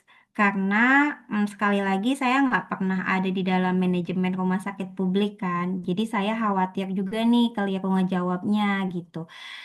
Nah, kalau bagi saya letak keunggulan untuk menjaga efisiensi di rumah sakit swasta, khususnya rumah sakit Hermina adalah kita sudah mempunyai kebijakan internal dalam menentukan target-target kita, target biaya, target revenue atau pendapatan, di mana dalam menentukan target-target tersebut, kita juga sinergikan dengan pemantauan-pemantauan dan upaya tindak lanjut yang kita lakukan. Jadi nggak cuman yang kita nentuin target biaya tenaga kerja 28%. Kita nentuin pendapatan. Jadi pendapatan juga ada targetnya, Riz. Pendapatan itu ada targetnya dan setiap rumah sakit Hermina itu berbeda-beda. Ya, nggak cuma nentuin sekian, tapi habis itu udah kita nggak lakukan apa-apa. Kita lakukan upaya berkelanjutan dan itu dievaluasi seperti yang tadi saya sampaikan. Ada per bulan. Nah, per bulan itu bentuknya kayak gimana? Kita itu punya yang namanya pengendalian dan pengawasan per departemen. Setiap rumah sakit itu harus ngisi, ya. Di, di HRD sendiri, pengawasan dan pengendaliannya itu terdiri daripada revenue, jumlah karyawan, terus lembur, udah pasti itu lembur. Terus em, sampai ke perizinan-perizinan karyawan. Kayak misalkan kan kalau tenaga medis itu harus punya SIP, ya, yang surat izin praktek, harus punya sertifikat tertentu, gitu-gitu kan. Ya, nah, itu kita pantau setiap bulannya, kayak gitu. Terus, selain daripada bulanan, kita juga ada evaluasi triwulan. Kenapa harus ada evaluasi triwulan? Apakah tindak lanjut yang sudah kita tentukan atau tindak lanjut yang sudah kita lakukan efektif atau sebetulnya harus ada tindak lanjut lain? Nggak bisa nih pakai misalnya ini lemburan. Selalu bilangnya analisanya lakukan pemantauan shifting, lakukan pengendalian, optimalisasi perbantuan perawat. Tapi setiap bulan analisanya sama. Ya, tapi kok lemburannya nggak tercapai-tercapai nih? Berarti kan ada yang harus dievaluasi lagi dari analisa dan tindak lanjut kita. Apakah sebetulnya ini efektif tindak lanjutnya? Seperti itu. Nah, dari triwulan itu kita ada tahunan. Kita mau ngapain? Dari evaluasi tahun ini depan kita mau ngapain? Mau meningkatkan pelayanan Mau menambah eh, alatkah? Atau mau mengurangi biaya-biaya yang di tahun ini nggak efektif banget. Misal, contohnya di bagian penunjang medis. Di tahun ini dia ngadain alat CT scan misalnya. Ternyata pasien yang melakukan pemeriksaan CT scan itu nggak banyak di rumah sakit Hermina tertentu. Nah, apakah di tahun depannya itu tetap harus ada? Apakah akan ditambah? Atau justru itu akan diganti dengan pelayanan lain? Oke, jadi selain daripada bulanan, ada triwulan juga, ada evaluasi tahunan. Seperti itu. Nah, keunggulan kita adalah kita melakukan target, kita memasang target, kita melakukan tindak lanjut, itu secara berkelanjutan, secara berkesinambungan satu sama lain. Dan terus gitu. Nggak yang cuman berhenti aja. Efektif nggak nih? Balik lagi. Oh, kayaknya harus ada yang diganti nih tindak lanjutnya. Kayak gitu-gitu. Mungkin yang kita lakukan di rumah sakit swasta tidak dilakukan di rumah sakit publik. Oke, berarti dari jawaban Ibu mungkin sisi keunggulan dari rumah sakit swasta dalam hal ini Hermina gitu, itu mungkin ke perencanaan yang terstruktur dan juga mungkin melihat track record di belakangnya gimana untuk ngambil tindakan lanjut untuk ke depannya gitu ya, Bu. Betul, Oke, baik. Terima kasih banyak Ibu. sama-sama. Hmm, abis wawancara ini kayaknya beneran deh kalian minat masuk Hermina deh. Bisa jadi Ibu. Bisa jadi ya, karena tahu ya, Eh, oh ternyata di Hermina ada bonus gitu. Oke. eh, Ibu, mohon maaf, kayaknya kami melewatkan hal penting ya, Bu. Boleh izin untuk Ibu memperkenalkan diri, sepertinya Ibu belum berkenalan dengan kami. Maaf, saya melewatkan itu, Bu. Dari nama Ibu, mungkin sepertinya Ibu bukan dari Jakarta ya, Bu ya. Dan mungkin kami juga ingin tahu eh, rumah sakit Hermina itu eh, secara general itu seperti apa? Mungkin rumah sakit swasta yang memiliki apa atau keunggulan apa? Seperti itu, Bu. Mohon izin ya, Ibu. Oke, Haura, terima kasih. Ini saya jadi berasa kayak di wawancara sama kalian ya. Jadi kayak kebalikan kalian HRD-nya, saya yang lagi di interview. Oke, kenapa saya bilang kayak gitu? Karena itu pertanyaan waktu saya di interview mau masuk Hermina Haura. Saya di interview sama wakil direkturnya. Dia tanya gini, yang kamu tahu tentang Hermina apa? Gitu. Terus kenapa kamu mau masuk Hermina? Makanya waktu Haura barusan bilang gini, kok jadi kayak saya yang di interviewnya gitu. Oke, Haura perkenalkan teman-teman. Mohon maaf tadi di awal saya nggak memperkenalkan diri juga karena teman-teman langsung pada jawaban pertama, pada pertanyaan pertama. Jadi saya juga langsung ingin menjawab dengan semangat gitu ya. Perkenalkan saya Nimade Destriana Alfiani. Saya dipanggilnya Made kalau di Hermina teman-teman. Oke. Saya di Hermina sendiri di bagian HRD. Sudah bekerja di Hermina dari tahun 2016, berarti sekarang sudah mau 10 tahun ya. Sudah Desember nanti saya 9 tahun. Jadi, iya sudah 9 mau ke 10. Terus selain masa kerja saya sebelumnya pertama kali bergabung dengan Hermina itu di Hermina Sukabumi, di bagian HR juga. Kemudian di Hermina Sukabumi juga saya menjadi karyawan teladannya, Haura. Nah, dari jadi karyawan teladan itu yang tadi saya cerita, akhirnya saya dilihat sama manajemen. Oh, si Made ini mampu nih untuk di rumah sakit baru. Akhirnya saya ditugaskan menjadi HR di Rumah Sakit Hermina Soreang dari tahun 2020 ya saya 2002 sorry 2023 sampai 2025, dan kemudian saya dipindah lagi sekarang di Departemen HRD. Nah, untuk Hermina sendiri, hmm, Hermina itu rumah sakit swasta yang sekarang sudah mempunyai 52 cabang di seluruh Indonesia. Dan sekarang sedang menuju ke 53. Jadinya seharusnya Hermina sudah tidak asing lagi namanya di telinga teman-teman. Kalau berbicara rumah sakit swasta, pasti teman-teman langsung ngehnya Hermina. Betul nggak? Oke.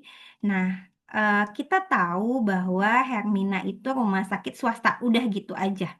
Ya, udah bagus pelayanannya, banyak cabangnya gitu. Tapi teman-teman tahu bahwa di balik pelayanan Hermina yang bagus, di balik cabang Hermina yang banyak, kita mempunyai SDM-SDM yang sangat unggul. Kita kita fokus pada pengembangan-pengembangan kompetensi SDM, di mana penerapan-penerapan SDM-nya itu sudah disesuaikan dengan aturan perundang-undangan. Ya, nah, ini saya berbicara biar teman-teman makin minat nih sama Hermina jadi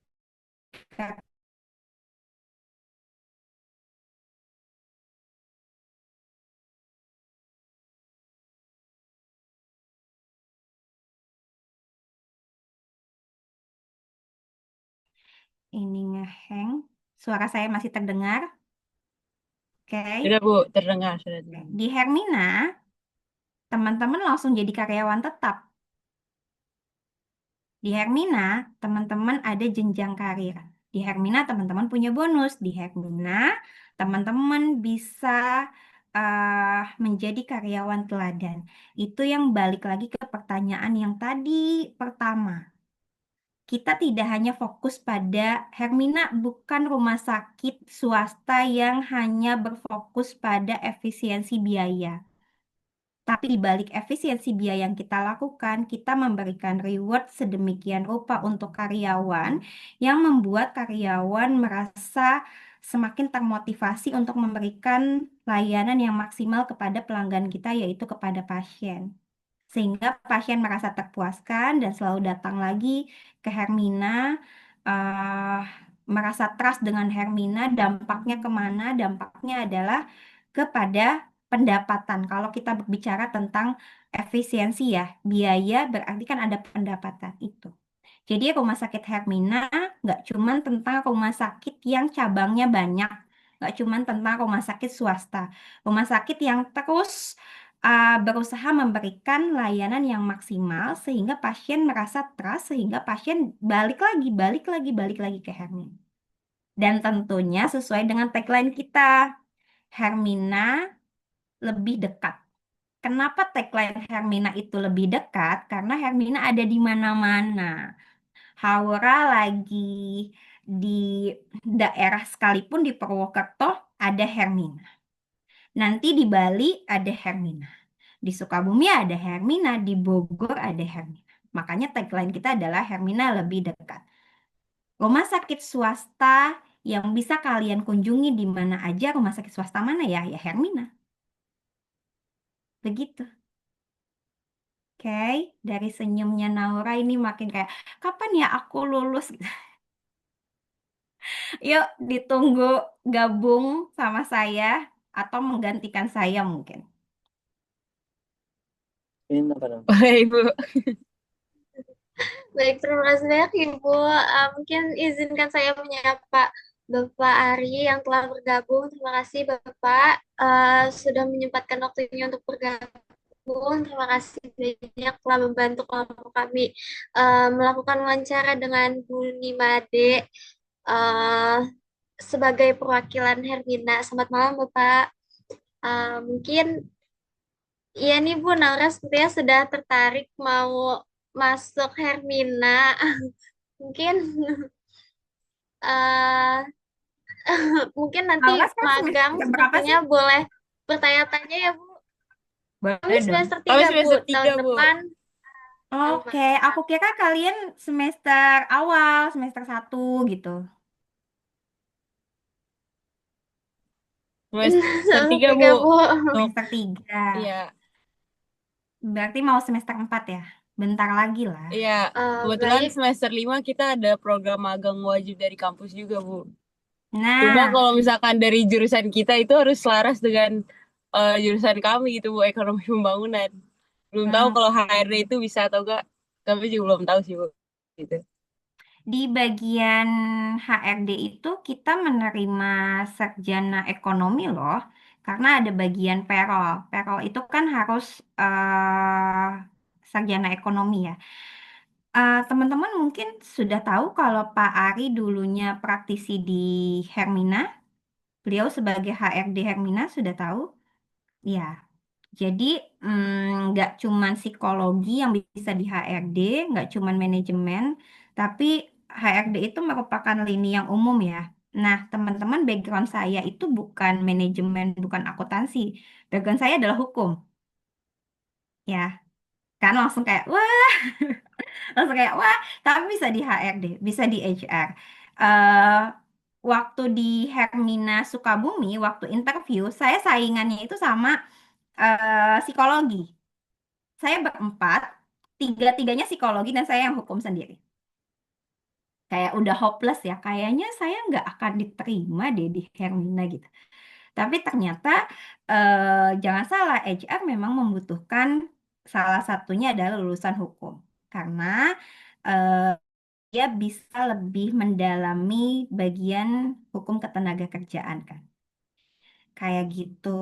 Jadi nggak usah khawatir. Dan terkait dengan program magang, saya sebetulnya nggak terlalu hafal banget di UPN kayak gimana. Tapi kalau berbicara dengan Hermina, teman-teman, kita menerima program magang mahasiswa. Jadi nggak cuman di head office, nggak cuman di departemen, di rumah sakit cabang juga kita menerima.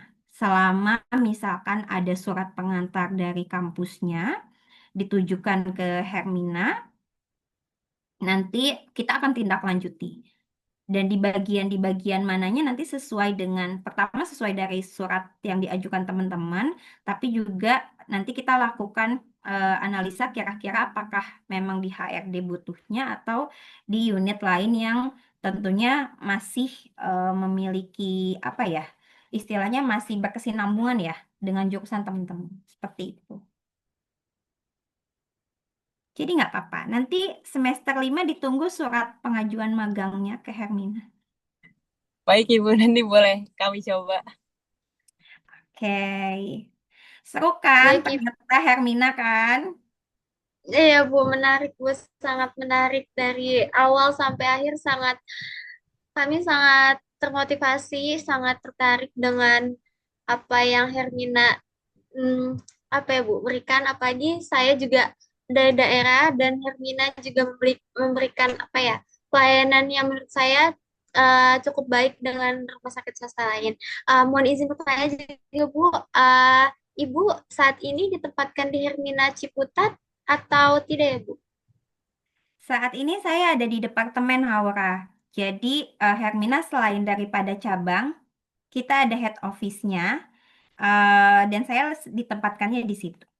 Jadi pekerjaan saya sekarang lebih ke bukan mengawasi ya, kayak mengurus rumah sakitnya gitu, HRD di rumah sakitnya. Seperti itu. Oh, sorry. Tadi berkaitan dengan insentif atau program lain daripada Hermina yang kita punya.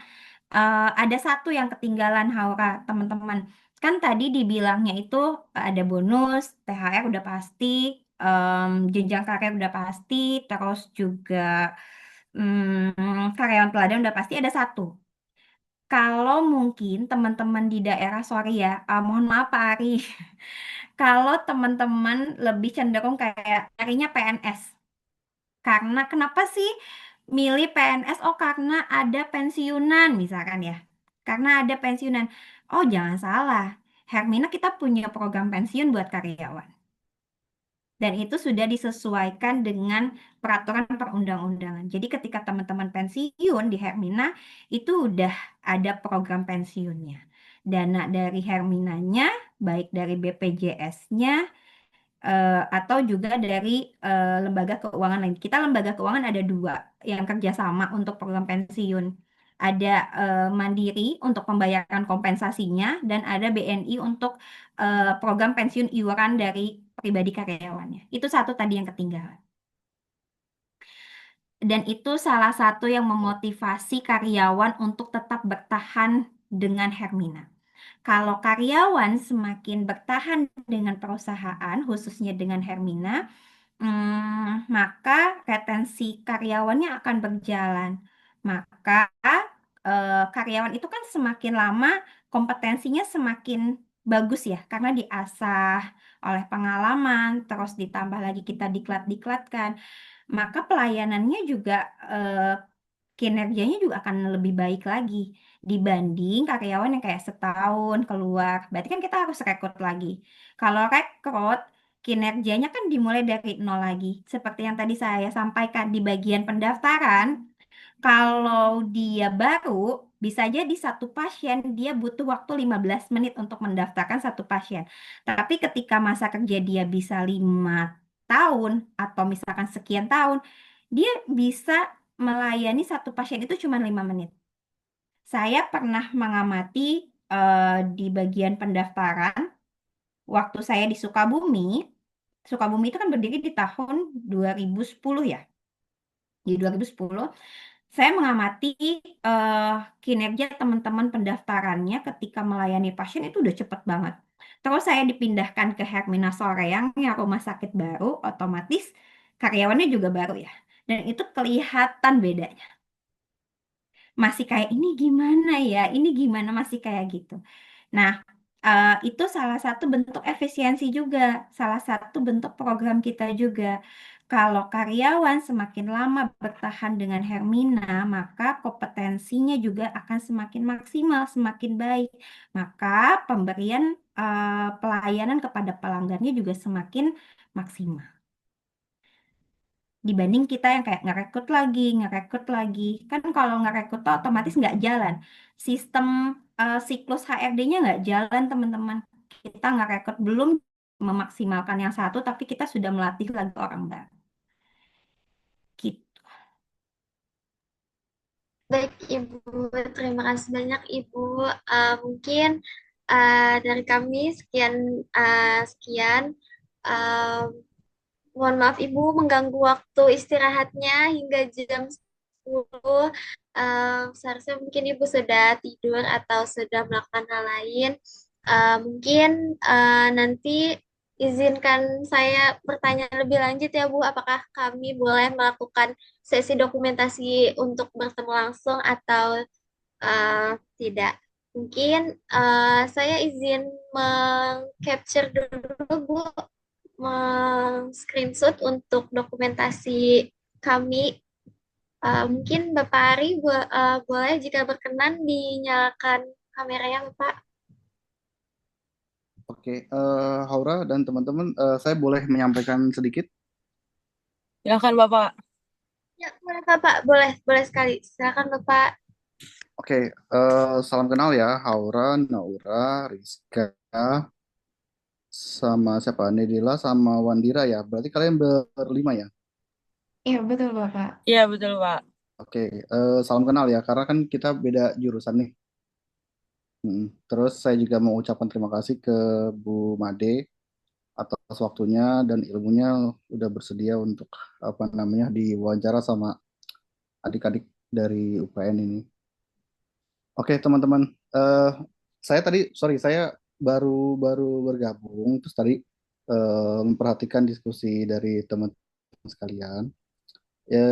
Yang pertama adalah, hmm, apakah nanti anak ekonomi pembangunan itu bisa berkontribusi di rumah sakit swasta? Satu itu. Kedua, pasti tentu teman-teman harus membedakan apa bedanya rumah sakit swasta, rumah sakit negeri, terus rumah sakit pendidikan, dan lain-lain gitu. Nah, kalau dibandingkan dengan rumah sakit negeri sendiri, tentu swasta akan menjadi hmm, hal yang berbeda ya, terutama masalah segmentasi kan. Apalagi dasarnya adalah kalau di swasta, tentu biaya operasional itu tanpa subsidi dari pemerintah tuh. Otomatis mereka harus satu, cari uang sebanyak-banyaknya, dan kedua, harus menghemat uang sehemat-hematnya tuh. Gitu ya. Beda banget dengan rumah sakit negeri yang mana tetap dapat subsidi pemerintah. Terus yang kedua, untuk ketenaga kerjaan, pemerintah itu biasanya sudah punya acuan untuk ketenaga kerjaannya. Berapa biaya SDM-nya, terus berapa hmm, apa namanya standar ketenaga kerjaannya. Kalau di swasta, otomatis sebenarnya mereka secara positif, bebas itu bagus secara positif.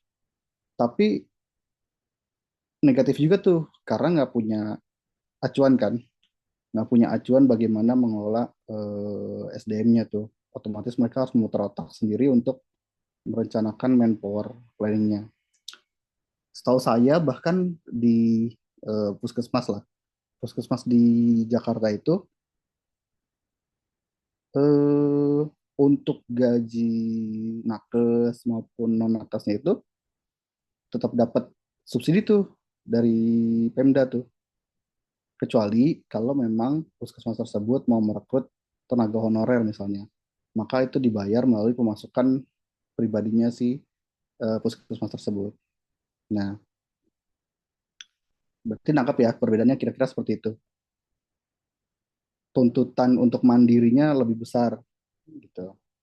Nah, terus apa kontribusi ekonomi pembangunan terhadap rumah sakit, atau misalnya kasarnya bisa nggak sih ekonomi pembangunan tuh magang di rumah sakit gitu? Bisa. Contoh misalnya teman-teman di Bumade, kalau di pusat tuh ada Busdev kan ya? Iya, betul. Di Ah, pusat ada Busdev. di Departemen Business Development. Sekarang saya juga mau tanya sama Bumade, Bu, ada pernah dengar kenapa Hermina belum bikin di Sumedang nggak ya? Hermina itu sebetulnya udah sempat observasi untuk buka di Sumedang. Tapi Tapi yang menjadi pertimbangan kan selain daripada lahan, eh, juga sa- pada ketersediaan SDM-nya ya, terutama dokternya. Nah, salah hmm, satu yang menjadi kendala saat itu Sumedang dan Cimahi adalah salah satunya yang ketersediaan dokter di sana. ya, oke. Nah, ini karena teman-teman semuanya kan off the record ya, jadi nanti kan pas lagi kalian presentasi kan ini semua samarkan menjadi rumah sakit XYZ lah gitu kasarnya. Nah, apa namanya? Setahu saya dahulu tuh Herna tuh sistemnya ketika membuka rumah sakit cabang tuh ditanyain tuh di suatu daerah misalnya ada dokter, yuk kita patungan yuk bikin rumah sakit gitu. Misalnya ada 100 dokter di daerah tersebut, yuk kita patungan, misalnya butuh dana 100 juta misalnya dari kalian yang 100 dokter ini, pokoknya patungan yang 80 jutanya gitu. Yang 20 jutanya biar kami holding Hermina yang apa namanya punya sahamnya lah gitu kasarnya. Nah, maka ketika Hermina mau membuka cabang, atau mungkin swasta lain membuka cabang, juga dengan cara yang sama tuh dan pertimbangan yang sama seperti Bu Made sampaikan, apakah memang tenaga kesehatan itu memadai di sana gitu, satu.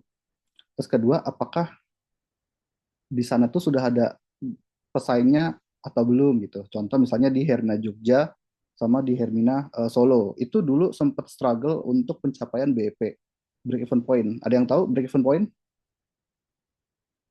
Balik modal, balik modalnya tuh. Nah, Hermina tuh punya acuan balik modal tuh misalnya dalam 3 tahun harus balik modal gitu. Nah, dua rumah sakit tersebut tuh sempat struggle tuh untuk memenuhi target tersebut, bahkan akhirnya lewat dari target. Kenapa? Karena ternyata di Jogja satu UMP Jogja itu rendah. Nah, Hermina dirasa ketinggian satu itu. Nah, di Jogja juga banyak klinik dan banyak rumah sakit kecil. Nah, teman-teman sebagai ekonom pembangunan nanti bisa berkontribusi apa? Ya contoh di bisnis development itu, maka teman-teman bisa melakukan analisa apakah ini eh, good choice nih untuk mendirikan Hermina di suatu daerah, baik dari segi masyarakatnya, baik dari segi jumlah rumah sakit vaskesnya, misalnya fasilitas kesehatannya, atau misalnya baik dari segi ketersediaan dokternya dan lain-lain gitu. Nah, terus karena kalian juga di bagian BUSDEV, otomatis kalian mungkin akan menganalisa market kan, apakah market di sana itu bagaimana gitu. Kalian bisa bikin bisnis Canva dan lain-lain. Itu akan menjadi ketika kan FP itu ada yang makro ada mikronya ya kalau nggak salah ya. Nah, nanti yang mikronya itu mungkin kalian harus belajar tuh bagaimana menganalisa market, terus bagaimana merencanakan suatu forecast keuangan, visibility study, kalau kalian misalnya berbisnis kesehatan kayak gini-gini gitu. Karena kalau dari kebijakan mikro, kalau dari mikro itu berarti kan tetap kalian harus melihat dampak dari sebuah kebijakan gitu kan. Kalau di EP gitu kan, apa dampaknya dari sebuah kebijakan gitu. Nah, kalau kalian masuk dalam sebuah corporate, maka kalian menganalisa tuh dampaknya suatu kebijakan atau keputusan yang diambil oleh BOD atau direktur itu akan berakibat apa. Oke, nah dari sini Bu Made itu kan HR ya. Jadi teman-teman dari tadi mungkin sudah bertanya kepada Bu Made dari sisi HR-nya terkait dengan efisiensi biaya atau ya terkait biaya lah gitu. Nah, Bu Made mungkin sudah menyampaikan bahwa di Hermina itu sudah ada standar biaya SDM yang mana mungkin di beberapa rumah sakit swasta itu nggak ada atau mungkin di pemerintah pun ada, tapi ya itu akhirnya melanggar dengan merekrut tenaga honorer gitu. Nah, terus efisiensi biaya gunanya apa? Yang tadi seperti Bu Made sampaikan, dengan kita melakukan efisiensi biaya dari segi SDM lah anggaplah, maka alokasi biaya tersebut bisa dimaksimalkan untuk bagian yang lain. Nah, hal-hal tersebut kan bagian dari kebijakan ya,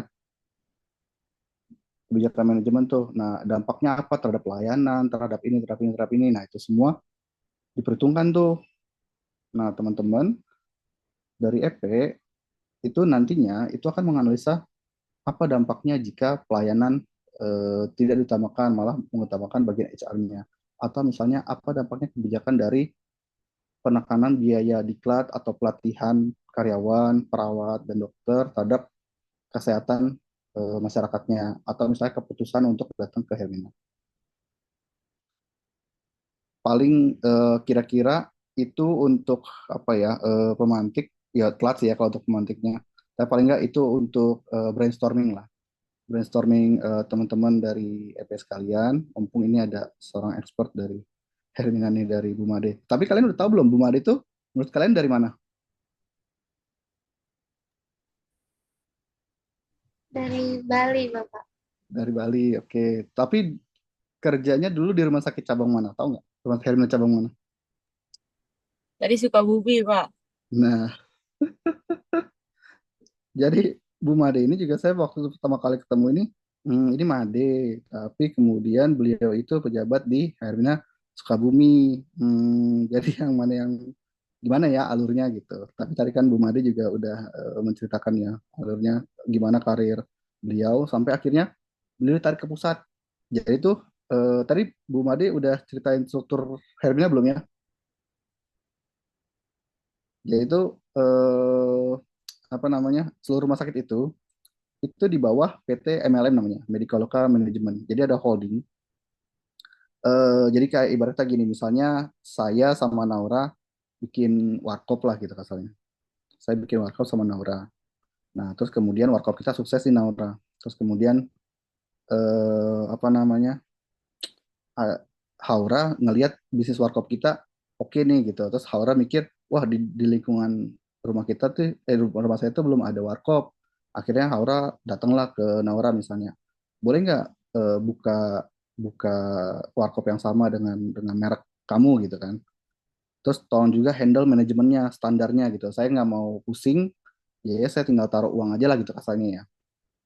Nah, akhirnya Naura ngarep ke saya nih, Pak, ini ada yang mau bisnis warkop kayak kita juga, tapi kita yang handle masalah regulasi, masalah SOP, masalah kebijakan, dan lain masalah manajemennya lah intinya. Nah, akhirnya, oh ya udah, apa namanya, oke ambil aja gitu. Akhirnya bukalah 2 cabang. Lama-lama Nadella juga mau bikin di rumahnya gitu. Terus kemudian Wandira juga mau bikin. Nah, lama-lama setelah saya pikir-pikir, waduh, Naura, kayaknya kalau kita berdua doang yang handle, repot nih gitu kan. Kita bikin PT aja. Nah, di PT tersebut kita bikin departemen. Departemen HRD, Departemen Keuangan, Departemen Pemasaran, dan lain-lain. Fungsi tugas mereka apa? Ya kalau HRD berarti mereka yang ngurus regulasi warkop cabang kita tuh. Jadi regulatornya. Kalau keuangannya, dia yang mantau nih keuangan masing-masing warkopnya. Terus pemasaran juga sama tuh, mikirin pemasaran di seluruh cabangnya. Oke. Nah, Bu Made ini itu ditarik ke pusat tuh jadinya ke PTMM tersebut. Kenapa? Ya karena beliau bagus, karena beliau perform, karena beliau bla bla bla bla bla bla intinya. Dari mulai Hermina Sukabumi, terus Soreang ya Bu Made ya. Oke, Hermina Soreang sampai akhirnya ditarik ke pusat. Tarik ke pusat, terus kalau nggak salah tadi kan dari 52 cabang rencana mau bikin 53 tuh yang Cibadak Bu Made. 53 itu ke Panjen. Di Oh, ke Panjen. Malang ke sana ya, Jawa Timur ke sana ke Panjen. Oh ya, sampai nanti yang saya dengar kan mau bikin Hermina Sukabumi 2 atau Hermina Cibadak kan. Nanti Bu Made ini pulang kampung nih, pulang kampung ke Hermina Sukabumi. Bingung ya, namanya Made tapi pulang kampungnya ke Sukabumi bukan ke Bali ya. Iya, gitu. Cuma memang saya juga lagi mengusahakan sih supaya bisa ada MOU antara UPN sama Hermina. Maksud saya adalah ketika nanti teman-teman di semester 5 ya, magang semester 5 ya. Di semester 5 Iya, magang. Bapak, semester 5 dan 6. Semester 5 magang. Kalau dulu saya pas lagi di 3 magang tuh tidak harus kembali atau masuk kelas. Jadi teman-teman saya yang apa namanya karena UI waktu itu udah MOU sama Hermina ya. Jadi mereka-mereka yang domisilinya asli Padang, ya udah magangnya di Hermina Padang. Terus mereka-mereka yang aslinya di Bali, nah mereka magang di Hermina Bali tuh, gitu. Ya ini lagi saya bukan urus sih, saya lagi mau ngobrol sama Bu Adek untuk MOU sama Herminanya itu. Gitu. Oke, sampai sini ada pertanyaan? Baik, Bapak. Sepertinya sudah cukup jelas. Dari tadi juga mungkin Bu Made sudah banyak sekali sharing ke kita terkait dari sistem di Hermina, bagaimana efisiensinya, bagaimana pelayanan hingga pembiayaan yang diatur di dalam Herminanya. Kami berterima kasih sekali kepada Bapak Ari dan juga kepada Ibu Made yang sudah membantu kami dalam melancarkan eh, proyek PJBL kami di mata kuliah Ekonomi Publik dan Kesehatan. Besar sekali peran yang Bapak dan Ibu berikan kepada kami. Sekali lagi kami ucapkan terima kasih atas partisipasinya, atas waktu yang diluangkan oleh Bapak dan Ibu sekalian. Oke, sip. Kalau tidak ada, monggo bisa di penutup dan lainnya atau dan dokumentasi yang lain. Oke, izin Pak Ari, Baik, teman-teman sebelum ditutup, ini kan secara online ya saya menerangkannya. Tadi juga nggak cuman tentang efisiensi dari segi SDM, tapi juga beberapa operasional lainnya juga sudah saya jelaskan yang semoga memang bisa membuka gambaran teman-teman bahwa efisiensi yang dilakukan semua saling berkesinambungan, semua unit, nggak cuman dari HR aja. Nggak bisa HR aja yang menekan biaya, tapi unit lain pun melakukan pemantauan yang sama. Nah, jika dirasa pertemuan kali ini kurang, teman-teman ingin bertemu saya secara langsung, saya sangat welcome. Silahkan Nanti kita bisa tektokan koordinasi via WA lebih lanjut. Teman-teman bisanya kapan nanti saya sesuaikan. Terima Baik, kasih ya Bu Made. iya, terima kasih sekali Ibu atas kesempatannya. Eh, Mungkin sebelum kami tutup, saya izin memandu untuk dokumentasi ya Ibu dan Bapak sekalian. Ya, ya, Boleh, bisa. tapi mukanya udah muka bantal banget, nggak apa-apa lah ya. Nggak apa-apa Ibu. Nggak apa-apa ya, Nauraya. Baik Ibu, saya screenshot dalam hitungan 3, 2, 1. Oke, sekali lagi 3, 2, 1. Baik, terima kasih Bapak dan Ibu atas kesempatannya. Eh, Kami sangat-sangat berterima kasih. Mungkin di lain waktu kita bisa bertemu secara langsung dengan Bapak Ari dan juga Ibu Made. Dari saya, mewakili teman-teman saya mengucapkan terima kasih dan mohon maaf apabila mengganggu waktu Bapak dan Ibu sekalian. Saya akhiri. Wassalamualaikum warahmatullahi wabarakatuh. Waalaikumsalam warahmatullahi wabarakatuh. Terima kasih teman-teman. Saya izin live. Salam buat semuanya, salam buat keluarga. Semoga nanti di lain waktu kita bisa bertemu secara langsung ya. Sehat-sehat semua. Terima kasih banyak. Saya izin live ya.